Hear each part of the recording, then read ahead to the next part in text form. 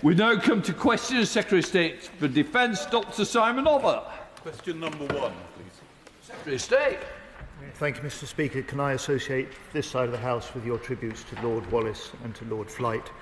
And can I pay tribute to Captain Philip Gilbert Muldowney of the 4th Regiment Royal Artillery? He died on the 25th of January. He was an outstanding young officer. And can I convey the condolences of the whole House to his friends and family?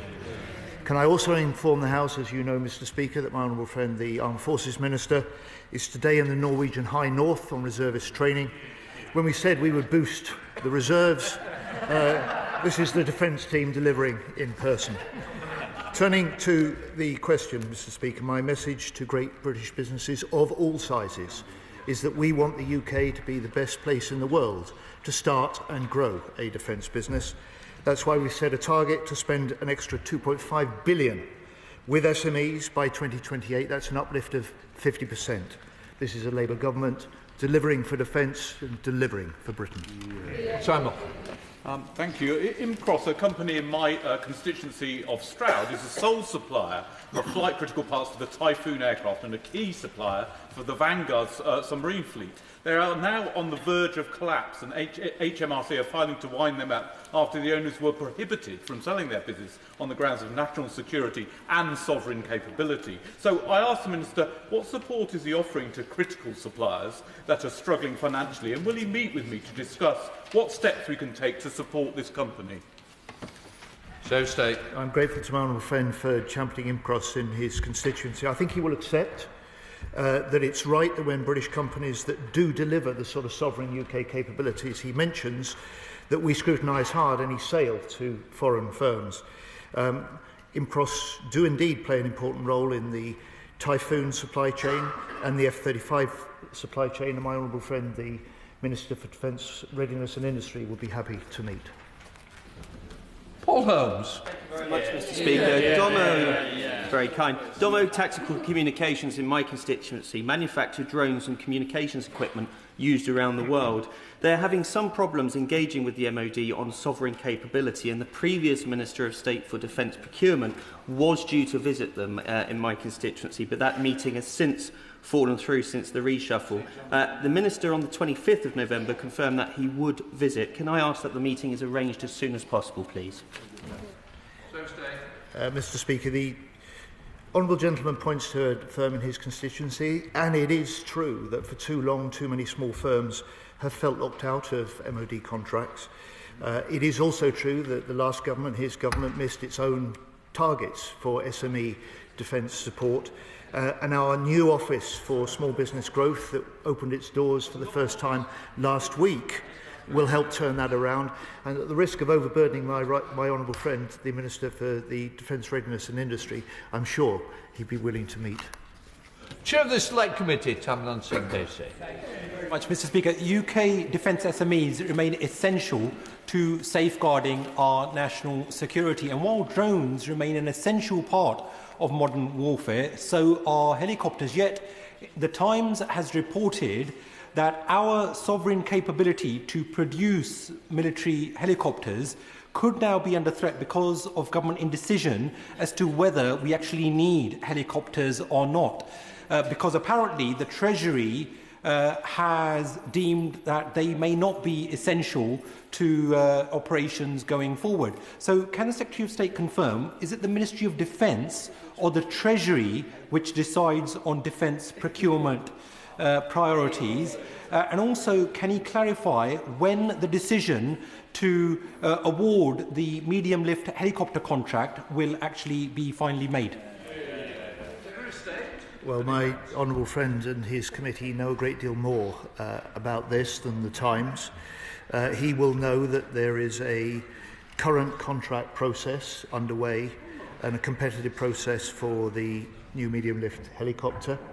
He will also know that we are working flat out to finalise the Defence Investment Plan, and he will know that as part of that plan we are dealing with a programme of record, a previous commitment to equipment which was hugely overcommitted, It was underfunded and in some cases unsuited to the threats that we face. For the first time for nearly 18 years, this is the Defence Department taking a line by line, building up our plans for the future.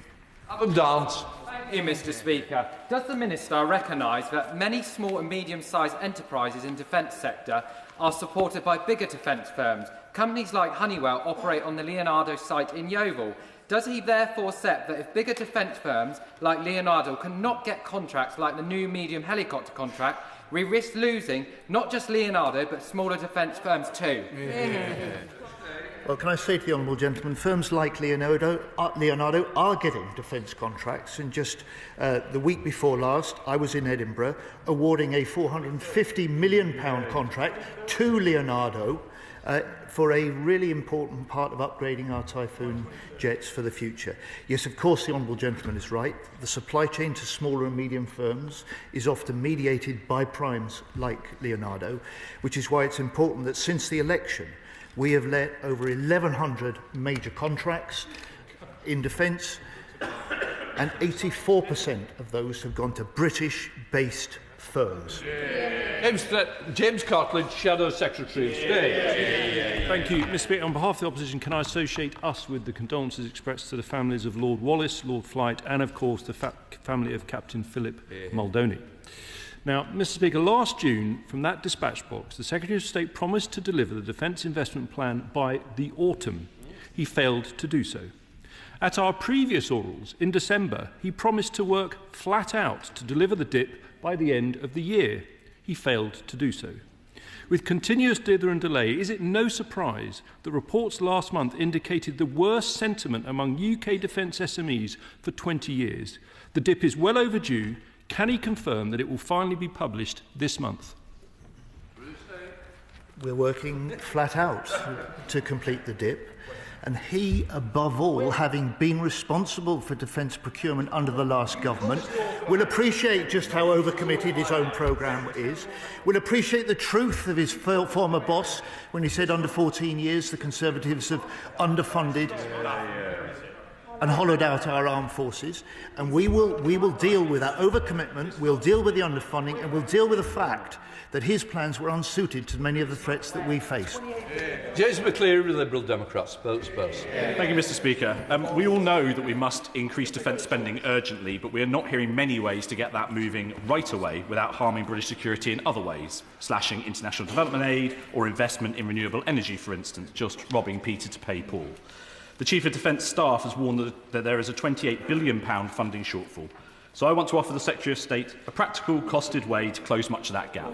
Defence bonds. This would raise £20 billion over the next 2 years and get investment straight away into capability and the industrial base, including the SMEs we rely on. Will the Secretary of State now give this proposal serious consideration as part of a clear, funded plan to plug the funding gap and get defence investment moving?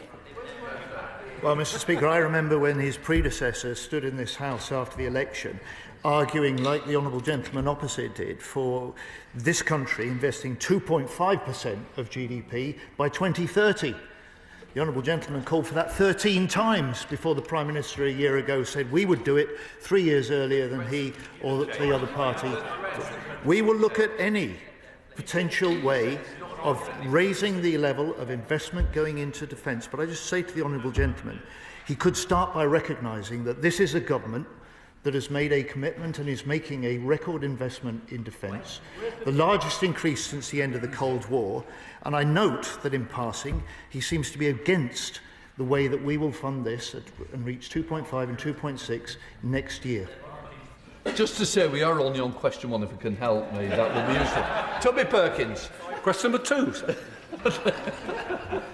Secretary. With permission, Mr. Speaker, I'd like to take and answer questions 2 and 17 together. 3 weeks ago, I was in Kyiv. I saw for myself the savagery of Putin's brutal assault on the Ukrainian people, and I saw also their extraordinary defiance. Next week, I will co-chair the 50-nation-strong Ukraine contact group in NATO, and the UK is providing more military support now than ever before, and we will continue to stand united in this House, will continue to stand united in this country, and we will stand with Ukraine for as long as it takes. Toby Perkins. Well, the Defence Secretary is absolutely right to spell out the strength of our commitment. But there is increasing concern about the extent to which China are propping up both the economic and military capabilities of Mr Putin and his barbaric regime. So can the Secretary of State tell me what his latest assessment is of China's contribution to Putin's war machine and what steps we're taking to ensure the international community remains united?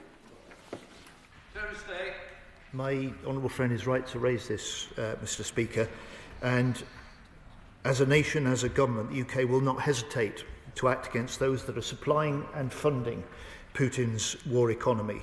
We've sanctioned a range of organisations that operate in third countries over economic and military support for Russia, including 50 Chinese companies.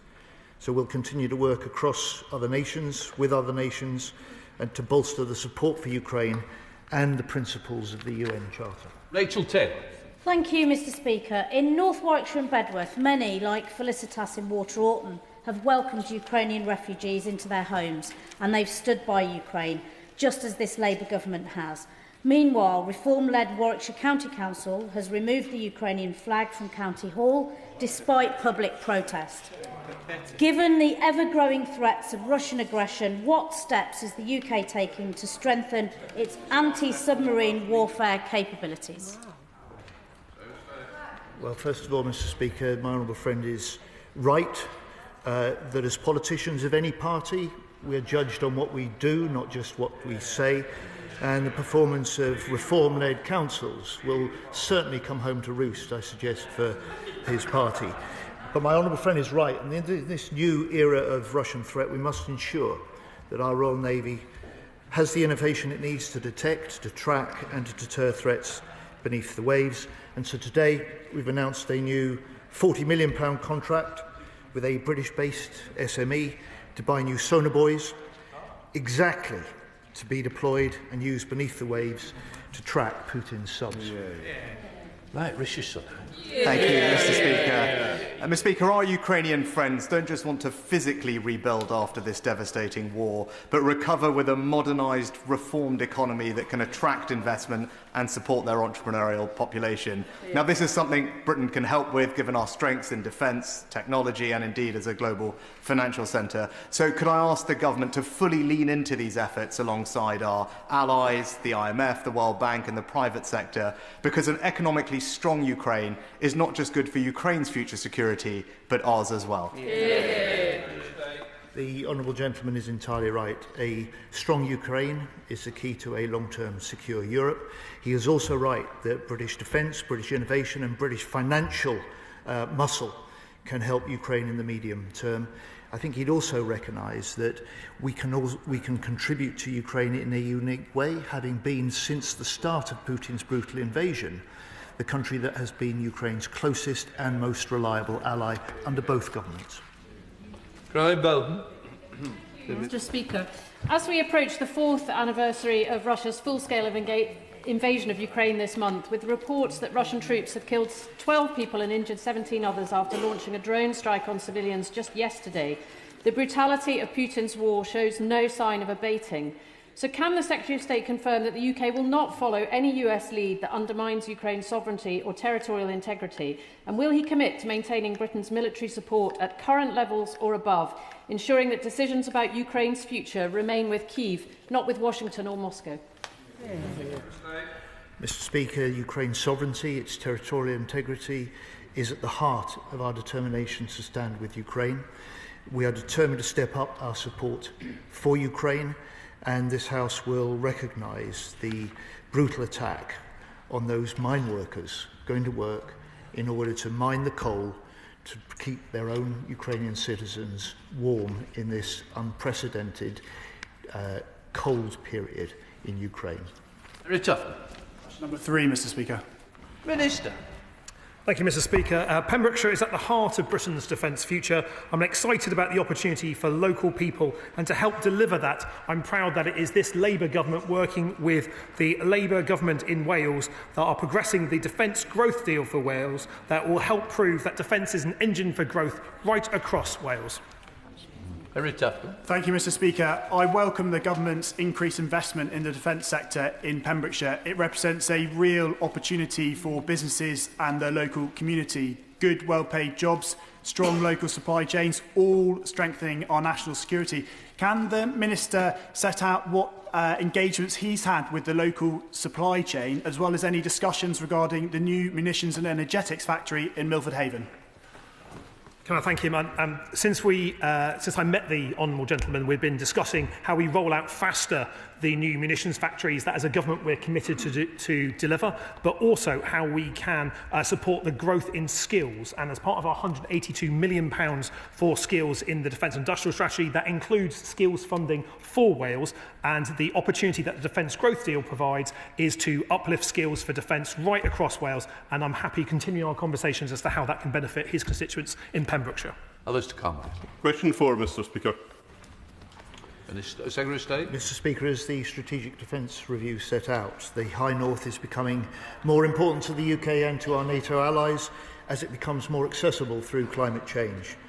We have Royal Navy deployments in the High North, we have Royal Marines cold weather training in Norway, we have Ranger exercises in Sweden and in Finland.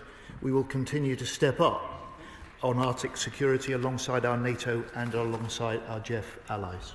Thank you, Mr. Speaker. And can I thank you, Mr. Speaker, for your words about the late Lord Wallace of Tankerness. Jim Wallace was not just my predecessor in this House, but he was a friend and, in fact, my London flatmate for many years. I'm sure that his family and all those who mourn his passing, especially in the Northern Isles, will appreciate your acknowledgement of his contribution. Through the years of the Cold War, the RAF's radar station at Saxford in Unst was the front line of our nation's defences to the north. That was drawn down 20 years ago and is now home to the Shetland spaceport. We've seen the recent activities of the Russian tanker Yanta, the interception of the Bella 1, and with space being identified as a priority in the Strategic Defence Review, will the Government now be reassessing the significance of Shetland and its waters as we look to the developing situation in the far north?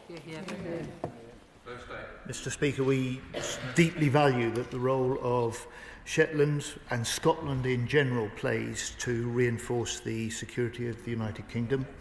The fact that there are 9,500 full-time troops in Scotland, the fact there are around 3,000 civilian defence personnel based in Scotland, and the fact that as a government in the last year we put over £2 billion into the Scottish economy to support defence, and the role that Scotland plays in general, part of keeping this country safer, but also defence driving economic growth throughout the UK. Speaker, along with the Right Honourable Member for Falkland and Shetland, my constituency has an obvious interest in the High North and the defence of the western approaches, and I welcome this £40 million investment in sonar, anti-submarine sonar buoys and Operation Bastion to defend subsea cables across the Atlantic.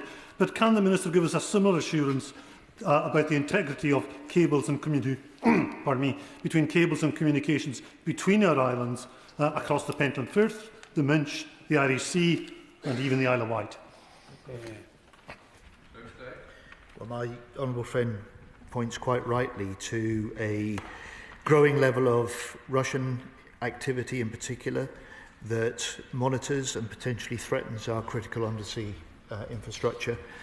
He will see the way that we have demonstrated that we see, we understand and we track those Russian threats, that we're working particularly through GEF allies together to deal with those threats, and we will step up that further in the months ahead. Calm. Quiet, Mr. Speaker. Mr. Speaker, the US remains the UK's principal defence and security partner, and our cooperation on defence, nuclear capability and intelligence remains as close and effective as anywhere in the world, keeping Britain safe in an increasingly dangerous environment. As close friends, we're not afraid to have difficult conversations when we need to. Friends turn up for each other, as we did for the US in Afghanistan, and friends also are honest with each other, as the Prime Minister has set out. Calm. Can I ask the Minister and the Secretary of State to consider diverting defence spending away from programmes that do not truly protect the British people? Our nuclear deterrent now consumes nearly a third of the defence budget through Trident, a system that cannot be launched without US approval. In pursuing nuclear deterrence and mutually assured destruction, we have drained funding from conventional forces and neglected diplomacy and development that actually prevents conflicts. So does he believe that prioritising nuclear defence over reducing tensions, ending conflicts and promoting peace genuinely delivers security for our people? And if so, can he explain why? Can I thank him for his question? I recognise it comes from a different point of view than I think many people in this House and in the wider public as well. Our nuclear deterrent is operationally independent. The only person that can authorise the firing of that is the Prime Minister. It is a part of our security apparatus that keeps us safe every single day and has done for decades. As a government, we're continuing to invest in our nuclear deterrent, as we're investing in jobs and skills right across the country that keep us safe every single day. Our relationship with the United States is a key part of that, but we'll also continue to invest with our relationship with our other allies, especially around Europe as well. Dr. Peter Prinsley. Thank you, Mr. Speaker. In Bury St Edmunds, we have many US servicemen living off base from Lakenheath. They are a huge asset and greatly welcome. Would the Minister agree that the US remains our most essential ally and join me in my gratitude for the service of these brave US servicemen and women, so important for our security? Can I thank one more friend for his question? There are thousands of US personnel stationed in Britain. Their presence here helps keep us safe, as well as protecting American interests as well. We will continue to work closely with our US allies. It is important to do so, and we'll continue to invest in deepening that security partnership with the personnel based here in the United Kingdom to keep us safe in these more dangerous times. David Reid, Shadow Minister. Thank you, Mr. Speaker. Now, the government admits it cannot ratify the Chagos Treaty without first amending the UK-US agreement on Diego Garcia. But currently, that binding agreement requires Chagos to remain under UK sovereignty until at least 2036. So can the Minister confirm this? If the United States does not agree to amend that treaty, then the UK would be in breach of international law. And more importantly, Mr. Speaker, doesn't this mean that the Chagos giveaway deal is now dead in the water? I'm sorry he missed my concluding remark at the end of the opposition day last week, but not once did he say why his government started that deal. Not once did he give the details as to the preparatory work that his government was supposed to do to answer his own question there. This deal secures the future of that UK-US base. We will continue working closely with our American allies to progress that deal and to continue those conversations, but I'm afraid all he's asking for here is more uncertainty. We're securing the future of that base. He's just talking it down. Max Wilkinson. Number 6, please, Mr. Speaker. Thank you, Mr. Speaker. We entered negotiations on safe participation in good faith. However, no agreement was possible that met our national interests. We will continue to explore cooperation with the EU and its member states that strengthen European security, underpin our NATO first policy, and we're pleased that the government has been able to conclude new defence partnerships with our European partners, including France and Germany. Wilkins. Thank you, Mr. Speaker. I thank the Minister for his answer. Doesn't this go back to the key problem that faces us as a nation? It's the failed Brexit bestowed upon us by the previous government and their friends in the Reform Party. Ministers have my sympathy in trying to unpick this mess, but they're going too slowly. Brexit is clearly the biggest barrier to us participating in this scheme. Is it now obvious that our best economic interests and our national security are best served by a more rapid reintegration with the European Union? The biggest security threat facing the United Kingdom is Russia, and we're responding to that by deepening our alliances right across the NATO alliance, especially with our European friends. We'll continue to do so. We weren't able to conclude the safe negotiations in a manner that was consistent with the objectives we set out when we started that work, but we'll continue to work with them because they're not just our European friends, they're our NATO allies. Their security is our security, and we take that very seriously. Calvin Bailey. Mr. Speaker, building European strategic autonomy is vitally important to deter Putin from further attacks upon us. But this is completely undermined by attacks on NATO, the bedrock of our security, by the Green Party. Does my right honourable friend agree that when our alliances are undermined for superficial political gain, they are, in essence, doing the work of Putin? For that question, the honourable gentleman is right. In the space of 1 minute, the Green Party leader veered from reforming NATO to pulling out altogether. The growing era of threat is far too serious for this kind of student union make-it-up-as-you-go-along politics, and the only person cheering the rank amateurism of the Green Party leader is sat in the Kremlin. Labour is the party of NATO, and we will stand by that steadfast support for the alliances that keep us all safe every single day. The rundown person, James MacCleary. Thank you, Mr. Speaker. It was reported last night that the Prime Minister wants a closer defence partnership with Europe, and that last November's talks on UK access to the EU's €150 billion Safe Defence Fund collapsed, with France reportedly driving the impasse by demanding an inflated price for UK entry, despite many EU partners wanting to open UK participation. With the UK being Europe's largest defence producer and a unique security partner, not just another third country, will the Secretary of State now reopen negotiations, urge the Prime Minister to raise this directly with President Macron, perhaps in their reported WhatsApp group, and publish the government's cost-benefit analysis for joining SAFE, including the entry price it judges acceptable? Well, can I thank him for his question? I too want a closer defence partnership with Europe. It's why we set that out with the EU reset announced by the Prime Minister. We'll continue working closely, not just with the European Union, but the European Union member states, the majority of whom are NATO members, that will be able to support their security. We are an important player in the international defence scene, and it's important that UK businesses are able to access markets, not just for economic growth purposes, but because it keeps them safe as well. Dan Vokes. Thank you, Mr. Speaker.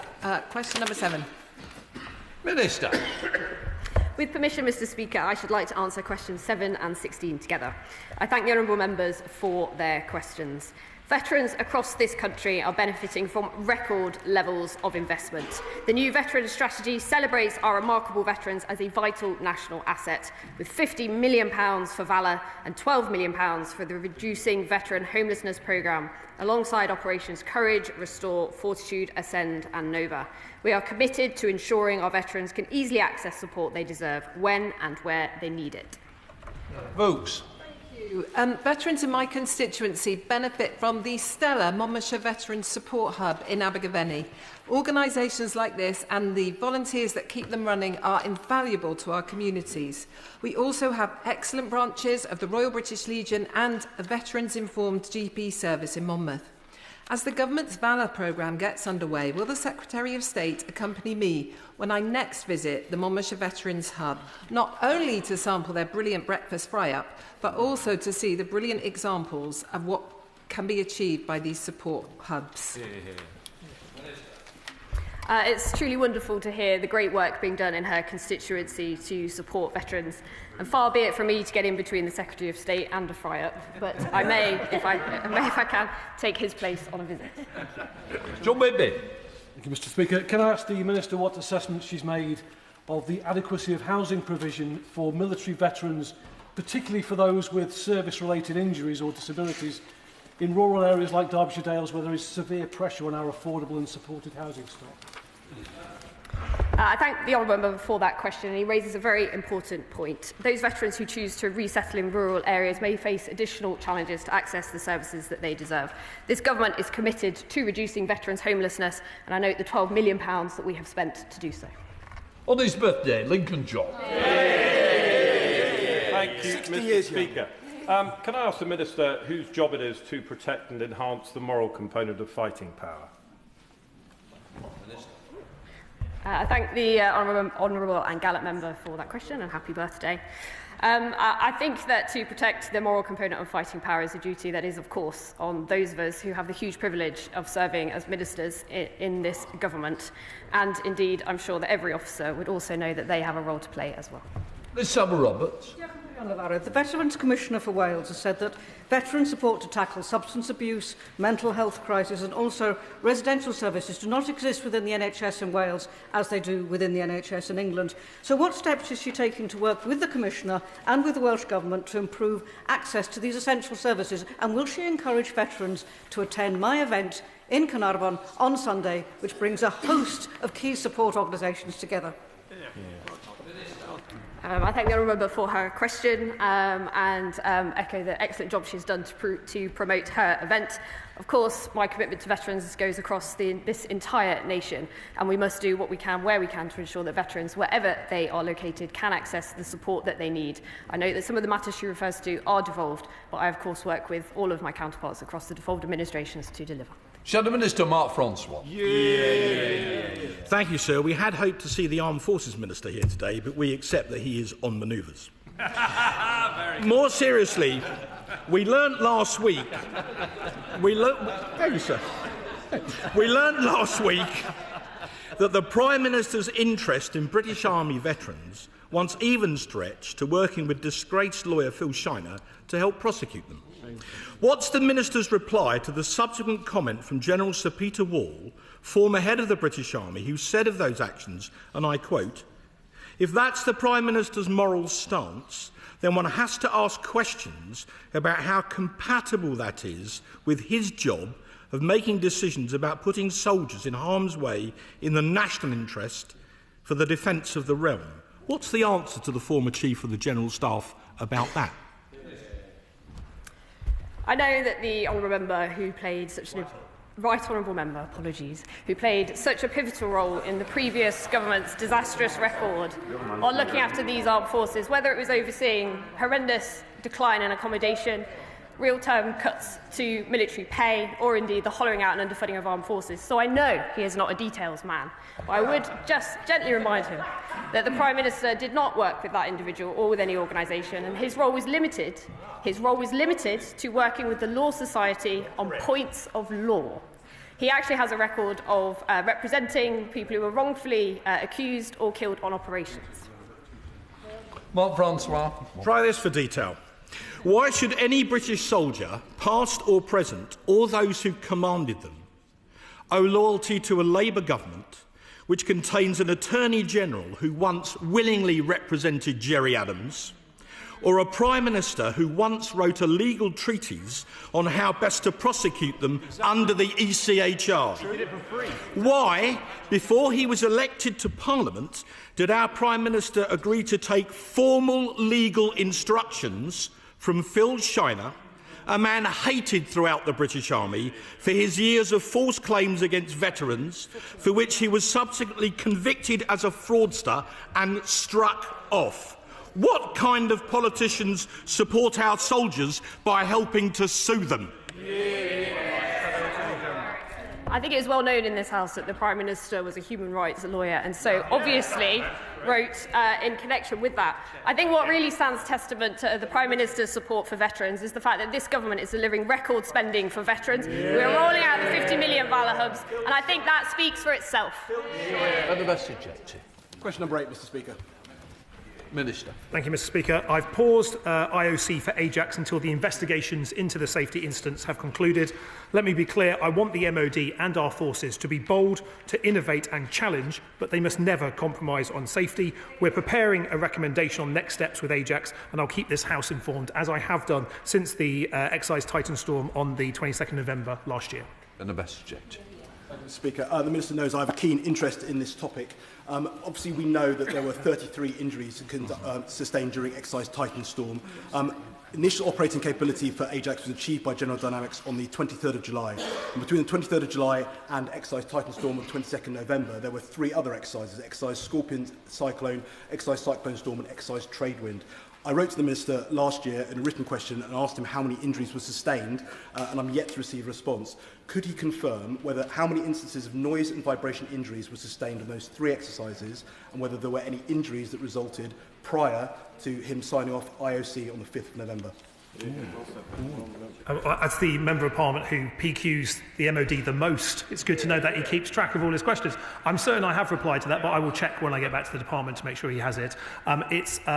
We are looking at all the incidents from Titan Storm and suggestions of incidents and potential injuries previously. The injuries under the last government are well documented, but to get to the bottom of what happened and why that information did not flow to ministers ahead of the IOC declaration, we've instigated a number of investigations. I'll continue to keep the House updated with the progress. Number 9, please, Mr. Speaker. Under plans set out in the Defence Housing Strategy, 90% of military homes will be upgraded, renewed or rebuilt. This strategy is backed by a record £9 billion investments over a decade, work which will be driven by the Defence Housing Service. We've also already rapidly improved military homes by delivering our charter commitments, including transforming 1,000 of the very worst homes. Mr. Speaker, I welcome the new publicly owned Defence Housing Service, which is already improving conditions for service families by bringing 4,688 of the 5,088 military homes in the eastern region back into public ownership for upgrade and renewal.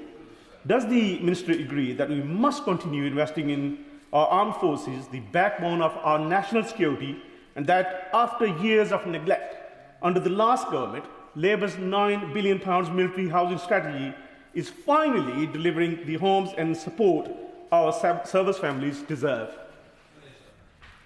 Well, my honourable friend is quite right to point out that under the previous government, forces families were severely let down in regards to housing. Under the plans set out under the Defence Housing Strategy, he rightly notes 90% of military homes will be upgraded, renewed or indeed rebuilt. Jim Shannon. Mr. Speaker, I thank the Minister very much for that answer. Minister, there's a massive improvement, of course, in forces housing, but there is one at Ballykinler. It's been lying vacant, I understand, Mr. Speaker, for 5 years. It's heated. There's new windows in. There's been lots of work done.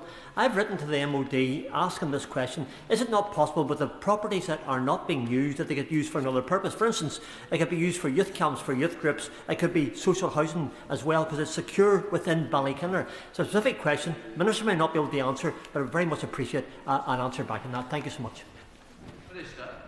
I thank him for his question. As he will be aware, I can't update on that specific instance, but I will get an answer for him. And we are exploring how we can make best use of the existing estate. Question number 10, please, Mr. Speaker. Secretary of State. Mr. Speaker, with permission, I'd like to answer questions 10 and 22 together. The government's already making the largest sustained increase in defence spending since the end of the Cold War, with plans to hit in April 2027 2.6% of GDP on defence and 3% in the next Parliament. Thank you, Mr. Speaker. Britain is facing a once-in-a-generational threat to our national security, with Putin's war continuing in Europe and growing uncertainty about the future reliability of the United States. Will the Secretary of State therefore take up the Liberal Democrats' proposal to issue time-limited defence bonds, allowing the public to invest directly in modernising our armed forces, raising billions for new equipment, while ensuring strong parliamentary oversight of how that money is spent? Well, Mr. Speaker, I note the arguments that he and his party are now making, but it was just in autumn 2024 that the Lib Dems were calling for this government to set a pathway to 2.5%. And, Mr. Speaker, we went further than that with the largest increase in defence spending since the end of the Cold War, 3 years before he was calling for it. And we have a plan, of course, to hit 3% in the next Parliament. Wilson. Thank you very much, Mr. Speaker. I appreciate what the Defence Secretary has just said, but with President Trump attempting to tear apart the international alliances that have kept us safe for decades, with Putin waging war in Ukraine for almost 4 years, The world is changing fast, and we need to come together as patriots to decide how we can best invest in the defence of our country as quickly as possible. So can I press him again to convene cross-party talks on how we can reach 3% of GDP on defence quickly and ensure defence bonds are part of the solutions? Well, Mr. Speaker, I'd welcome the support in the first instance from her and her party for the fact that in this Parliament we will spend £270 billion investing in defence to keep Britain safe and our alliances secure for generations to come. Mr. Speaker, this is a government that is delivering for defence, and it is delivering for Britain. Morrissey. Question number 11, Mr. Speaker. Minister. Veterans of Operation Banner, like all veterans, are benefiting from record levels of investment by this government.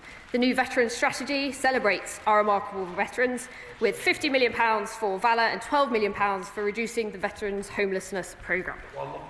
Morrison. Thank you, Mr. Speaker. Today was my brother's birthday. He was a veteran who died at age 36, and he would be proud that today I'm talking about the 250,000 veterans of Operation Banner.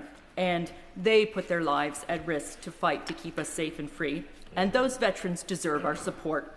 So will the Minister explain why the government no longer believes those veterans deserve to be protected from years more lawfare? I note the service of her brother. As she well knows, this government is bringing in real protections for veterans, and if she wishes to support legislation that gives blanket immunity to terrorists, that is, of course, her prerogative. Question 12, please, Mr. Speaker. Minister. To deter and defeat aggression, this government is investing in innovation and the latest capabilities for our forces. R&D is critical to maximising defence ability to be an engine for growth, and it's this government that's ensured 10% of our equipment plan must be spent on novel technologies, and we have introduced a £400 million Defence Innovation Fund. Thank you, Mr. Speaker, and I thank the Minister for his answer. He will know that investment in defence R&D has tremendous impacts on the UK economy as well, not only jobs and crowding in private investment, but spillover effects of new technologies helping Britain to prosper. So, given that, isn't it clear that if the government was to issue defence hypothecated bonds, it would make a brilliant return for the British taxpayer too? Well, can I thank him for his question? He's absolutely right that defence innovation has considerable spillover positive effects for the wider economy. It's one of the reasons why, as a government, we're investing in technologies that have dual-use potential, not just to give our fighting forces the equipment they need, but wider benefits for the wider economy. He will have heard what the Secretary set out in terms of defence spending, but I welcome his support for defence innovation and investment in R&D. Thank you, Mr. Speaker. For the last few months, the member for Bournemouth West and I have been campaigning for a new drone centre to be designated at the Dorset Innovation Park. Now, the park already hosts a strong defence ecosystem for testing, developing and researching drone technology. Alongside this, of course, the county has a well-established network of colleges and universities in Bournemouth, Poole and Weymouth, offering the skills that we need to make this a success. So with all this in mind, will the Minister continue to work with myself and all the relevant stakeholders to establish a drone centre at the Dorset Innovation Park, which I know will help to strengthen national security and, of course, secure good jobs? Sorry. As a fellow West Country MP, can I tell him I recognise the ambition and the determination he has to see more of that innovative technologies, autonomy, drones and other types of new novel technologies create good jobs in his community. I know that he's been speaking to not only myself but the Armed Forces Minister who leads on drones around this, and I wish the businesses in his constituency and the wider region the very best as they innovate to provide our armed forces with the kit they need. Question number 13, Mr. Speaker. Minister. Thank you, Mr. Speaker. This government has stepped up our support for naval shipbuilding. We've secured the largest shipbuilding export in British history, with the Type 26 being sold to Norway, invested in strategically important infrastructure and are driving naval programmes in UK shipyards. The Shipbuilding and Maritime Technology Action Plan will set out our future ambitions to support naval and civilian shipbuilding and maritime technology sectors. Richard Quigley. Thank Thank you, Mr Speaker. May I thank the Minister for his response. White Shipyard and Diverse Marine in my constituency do absolutely fantastic work, and they thoroughly welcome the launch of the new dedicated unit to help ensure small defence companies can access MOD contracts. However, given the recent news that a £200 million contract has been awarded to the Dutch firm Devon, what assurances can a minister offer to companies like White Shipyard and Diverse Marine that they will have a fair and credible route into competing for these major programmes? Minister. For his question, Serco have indeed awarded a contract to Damon as part of their provision of tugs for the UK military.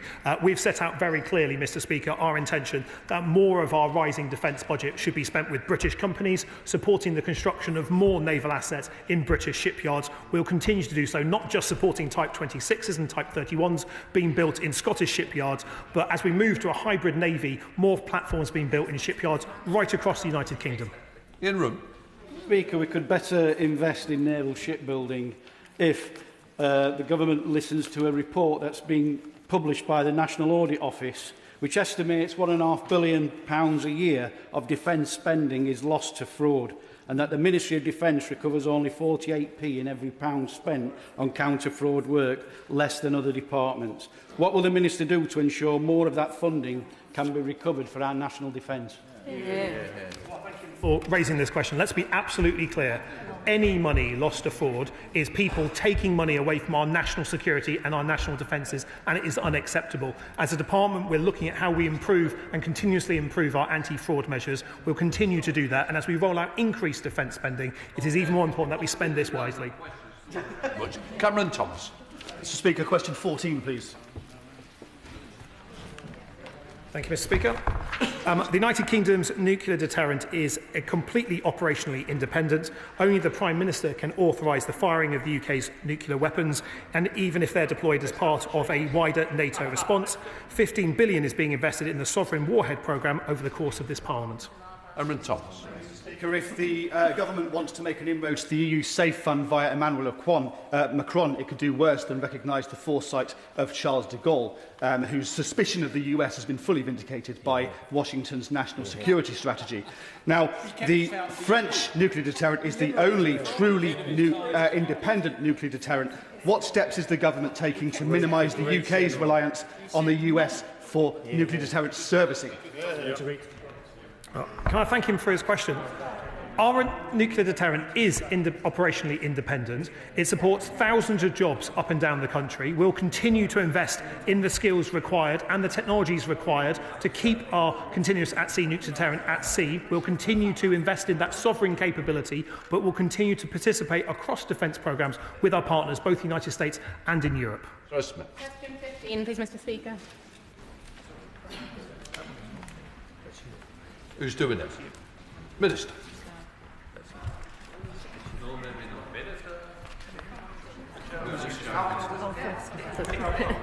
The Honourable for her question. Armed Forces families absolutely do a vital role in supporting our members of our armed forces to do the role of defending our national security. We are, with our Valour Hubs, our ambitions is that our Valour Hubs will seek to not only support veterans but also support wider members of our armed forces communities, including families. Mr Speaker, another important factor in supporting our brave troops is the provision of military clothing. The last government, the Conservatives, tied us into a contract for around 90% of army clothing is currently secured through overseas suppliers and a significant amount from China. As the MP for Hyndburn, the home of textiles, I have many businesses eager to meet the needs of our British military troops. And so will the Minister review this in order to look at whether British companies can supply these British needs? Sorry a minute.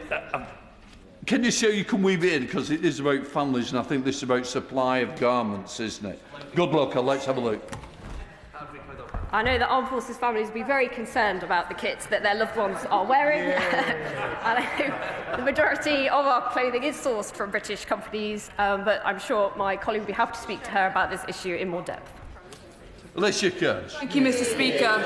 It's over a year since I raised the 5,700 women who were wrongly and unfairly dismissed from the armed forces for falling pregnant while in service. So please can the Minister update me what she has done in that time to make sure they get their caps and berries back that they absolutely deserve, because we should be supporting those who want to have families in the armed services. Here.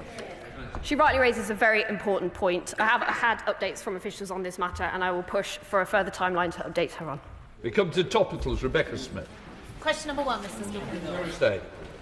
Mr. Speaker, this month marks 4 years since Putin's full-scale invasion of Ukraine, and the Ukrainian people continue to fight with huge defiance and courage, recently retaking parts of Kupiansk city, striking military targets deep in Russia, and reporting a Russian casualty rate of 25-1 in some parts of the front line. Putin is increasingly under pressure. He's thrown 17,000 North Korean troops into the fight and recruited thousands more from Africa and other nations. 4 years on, the Ukrainian courage will be matched by our UK determination. Next week I'll travel to NATO. I'll co-chair the 33rd meeting of the Ukraine Defence Contact Group, where 50 nations will step up the provision of military aid and support to keep them in the fight. Mr. Speaker, ministers stress how keen they are to remove obstacles hampering defence innovation, and nowhere is this more important than in my South West Devon constituency, home to the majority of Plymouth's National Centre for Marine Autonomy. Now, the Maritime and Coast Guard Agency has spent the last 12 months or more looking at how to remove licensing obstacles for autonomous vessels like underwater drones. Given Plymouth's marine autonomy sector is set to receive a share of the £250 million defence growth deal, will the Secretary of State commit to putting further pressure on the Government Legal Service or whoever else it will take to get the legislation in place to update the MCA's Workboat Code 3 as a matter of urgency? The Honourable Lady makes an important point, and the doubling of our investment in this Parliament into autonomy will be directed in significant part towards marine technology. Her part of the world in the southwest plays a leading role in this, and she urges action across government, and I hope she'll see that the shipbuilding and marine autonomy plan that we publish shortly will show exactly what we're doing on a number of fronts. I was appalled when visiting UK service personnel overseas at NATO airbase to learn that many have been penalised by their home insurer by virtue of being posted abroad, despite the fact that these companies were signed up to the Forces Covenant. Now, this goes against the very principle of the Covenant, so I was glad, after writing to many home insurance companies, that a few, including Aviva and Hastings, have changed this policy. But does the Minister agree with me that if insurers are going to sign up to the Covenant, they need to make sure they're living up to every single part of its important principles? My honourable friend makes an excellent point. I know that over 14,000 private organisations have signed the Armed Forces Covenant, and a core principle of that covenant is that service personnel should face no disadvantage compared to other citizens in the provision of public and commercial services. I'm glad that some insurance companies have taken steps to address this particular issue, and I would urge all businesses to ensure their policies fully support the armed forces community and reflect their commitment to the covenant. So, Secretary of State James Cartlidge. Thank you, Mr. Speaker. Now, last August, the Deputy Prime Minister of Mauritius said that when they take sovereignty over the Chagos Islands, nuclear weapons could no longer be stored there. In last week's Chagos debate, in answer to our repeated questioning as to whether this was true, the DRI Minister replied 3 times by reading Annex 1 of the treaty, whereby it grants, and I quote, unrestricted ability to control the storage of all goods, including but not limited to fuels, weapons and other hazardous materials. Does the use of the word weapons in that sentence of the treaty definitely include nuclear weapons? Mr. Speaker, I've read it to him 3 times. Do I have to read it to him a 4th time for him to start understanding this? No wonder that they don't want to admit they started the negotiations over Diego Garcia. They don't want anyone knowing that because they're clearly not prepared for it, unlike this government that's securing that base. James Cartlidge. Well, it's interesting that the Secretary of State passed responsibility for answering the question to the Minister next to him. But he didn't answer the question. This is of profound national importance, Mr. Speaker. For us in the United States, these are our most important and sensitive capabilities. When he answered 3 times last week, he read the sentence about the control the storage of all goods, including what limited to fuels, weapons and other hazardous materials. Mr. Speaker, the word nuclear is not there. Does it cover nuclear weapons? Yes or no? I'm not going to read it to him a 5th time. My God, he's not serious. He's not being serious. He also knows, as a former defence minister, that we do not comment on the storage of nuclear weapons. But I'm happy reading it to him again anytime he wants, so he can see the word weapons in there. Lorraine Beavers. Thank you, Mr. Speaker. The announcement to upgrade radar systems of 40 Typhoons is welcome, but none of these Typhoons will be worked on at BAE at Warton, near my constituency. We cannot afford to leave our nation's air defences in the hands of the USA. So will the Minister commit to an order of British-built Typhoons so we can keep these vital skills in this country and ensure that the British military aircraft industry is not consigned to... One of us sitting down. Just to say, it's topicals, and it's very important we get orders for Lancashire. I'm fully behind her, but do it quickly. Come on, Minister. Who's that? I'll do it.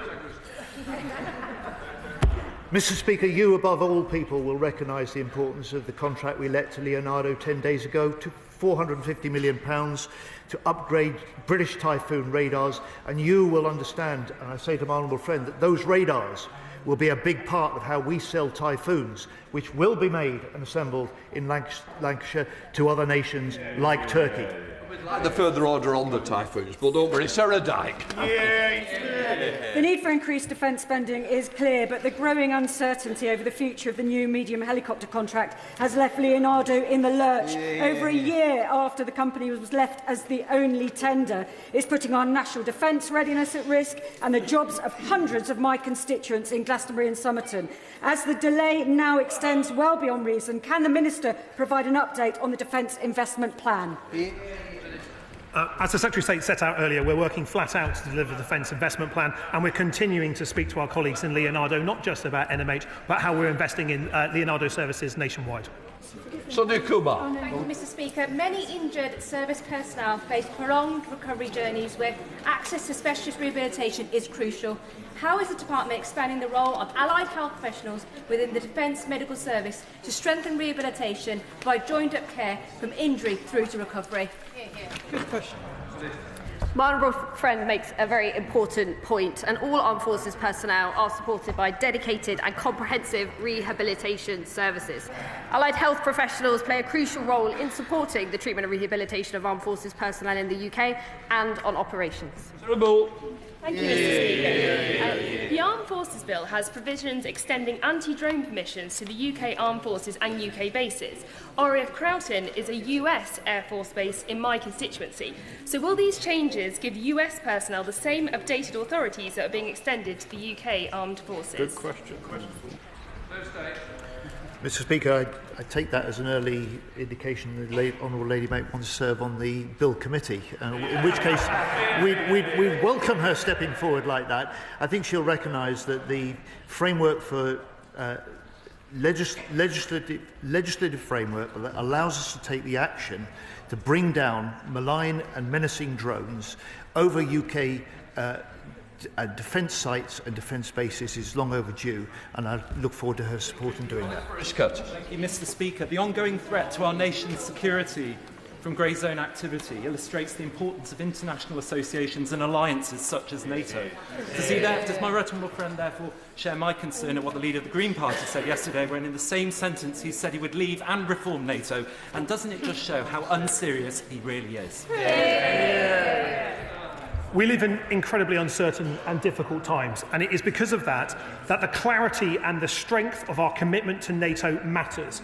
Labour is the party of NATO. We helped found it, we'll continue to support it, and we'll support NATO allies because the strength of NATO is UK strength as well, and we're going to continue to have a NATO-first approach. Joe Roberts. Thank you, Mr. Speaker. Last year, the government sold off our fishing rights in return for access to the EU's Safe Defence Fund, but he didn't get a penny in return. Now the Prime Minister, who's in the chamber, says he wants to renegotiate. Will the Secretary of State please explain what lessons he's learned from the failures in negotiations last year? Mr. Speaker, the honourable gentleman recognised that for the first time we've got in place a security and defence partnership agreement with the European Union. This is part of us stepping up our willingness to work with the European Union. He knows the safe negotiations did not come to a successful conclusion, and that was quite simply because it was not in the interests of the British taxpayer, the interests of the British defence industry, and we'll do a great deal more to support the wider security of the European Union and the European nations through NATO. Thank you very much, Mr. Speaker. Intensifying security competition in the Arctic necessitates enhanced cooperation with our regional allies. So can my right honourable friend see if the government intends to invite Canada to join the GEF? Mr. Speaker, the 10 GEF nations led by the UK, established by the previous government, stepped up in terms of leadership now. Support from both sides of the House is an important part of NATO. It allows us to act ahead of unanimity in NATO, and a number of times, from critical infrastructure to exercising in the high north, GEF has led the way and will continue to do so. Morgan. Thank you very much, Mr. Speaker. In my constituency of North Shropshire, complaints about water supply to single living accommodation doubled from 116 in 2018 to 232 in 2024, with 16 separate losses of water for more than 24 hours last year. Will the Minister meet with me to discuss how we can bring single living accommodation up to the standard that our servicemen and women deserve? I thank the honourable member for her question. Just last week, we launched the Single Living Accommodation Review, which is designed to get after exactly these sorts of issues to ensure that we have the accommodation that our serving personnel deserve. Thank you, Mr. Speaker. Mr. Speaker, following President Trump's insulting remarks about our hard-working British personnel, my constituent contacted me. He was very happy to hear the Prime Minister condemn that. His eldest son is retired from the Army following injuries, and his youngest son is a medic in the Army. Mr. Speaker, my constituent is here today in the public gallery. Would the Secretary of State join me in paying tribute to our hard-working servicemen and women and all our veterans and recommend this government's commitment to serving and protecting our hard-working servicemen? I can indeed, Mr. Speaker, and I welcome my honourable friend's constituent in the gallery today. This is a government that is on the side of those who serve and on the side of those families who support those who serve. Rachel Gilmore. Thank you, Mr. Speaker. Members of the Armed Forces are the only uniformed service without a professional body to represent and support them. Will the Secretary of State give assurances that the Armed Forces Bill will include provisions to establish such a body, ensuring serving personnel and veterans have access to legal and welfare support when faced with vexatious, unmerited or unsubstantiated allegations from within the system or from external litigants working on behalf of other service personnel or third parties? Thank you for your interest. It is precisely for those reasons that we established the Armed Forces Commissioner, an independent champion for our armed forces and their families. That legislation has now become law, and the recruitment process will conclude shortly. Thank you, Mr. Speaker. Our servicewomen are currently not as well protected by in-service body armour, which is designed around male body types, providing inadequate ballistic protection. With testing of female body armour now underway, will the Secretary of State commend the work of MP Aerospace in improving women's safety and commit that the MOD will continue to cultivate vital UK sovereign capability like this? Can I pay tribute to one more friend who's been leading the charge for female body armour? MP Aerospace are doing a superb job on this. I know she's bringing female body armour to Parliament so we can all see that this is something that can be delivered. We have a strong commitment to investigate and support our female serving personnel through better body armour. I look forward to working with her to deliver that. Bradley Thomas. Mr. Speaker, the government has said that we should be bolstering our preparedness for war. Can the Minister tell us when the Defence Readiness Bill will be ready and when he expects it to gain royal assent? The Defence Readiness Bill was set out in the Strategic Defence Review. We're looking across government as to how we can bolster readiness measures, not just legislative ones, but in policy changes, removing stupid rules, spending more. The Defence Readiness Bill will be something that we're looking to implement later on in this Parliament. The Armed Forces Bill is before this House now, and that's where our immediate focus lies. Mr. Speaker, Task Force Kindred has been a fantastic success of this government. Can the Secretary of State outline if there are plans to extend the programme and how defence SMEs can get on board with it? I can indeed, Mr. Speaker.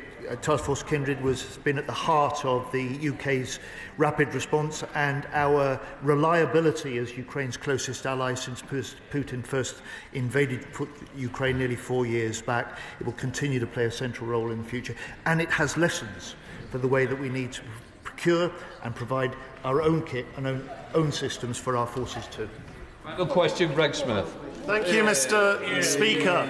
Instead of constantly pushing back the closure date for RAF Halton in an era where we need to increase defence capability, will the Secretary of State actually commit to keeping RAF Halton open for the long term? The honourable gentleman will know we inherited a base closure programme from the party opposite when they are in government, with announced closures right across the country. We're looking carefully at what bases we have, how we can use them for military need, and where we can dispose of them, making sure that we can build houses for our armed forces and veterans on that land. Point of order, Mark Frantz. Thank you, Mr. Speaker. I fear the Veterans Minister, who's still here, may have earlier inadvertently misled the House. According to House of Lords legal records, from the 29th to the 31st of October 2007, in the Al Jeddah case held before the Lords of Appeal in Ordinary, a case against British soldiers, the applicants were represented by several QCs, including the then Prime Minister, who were instructed, it's in the records, by public interest lawyers Phil Shiner's law firm.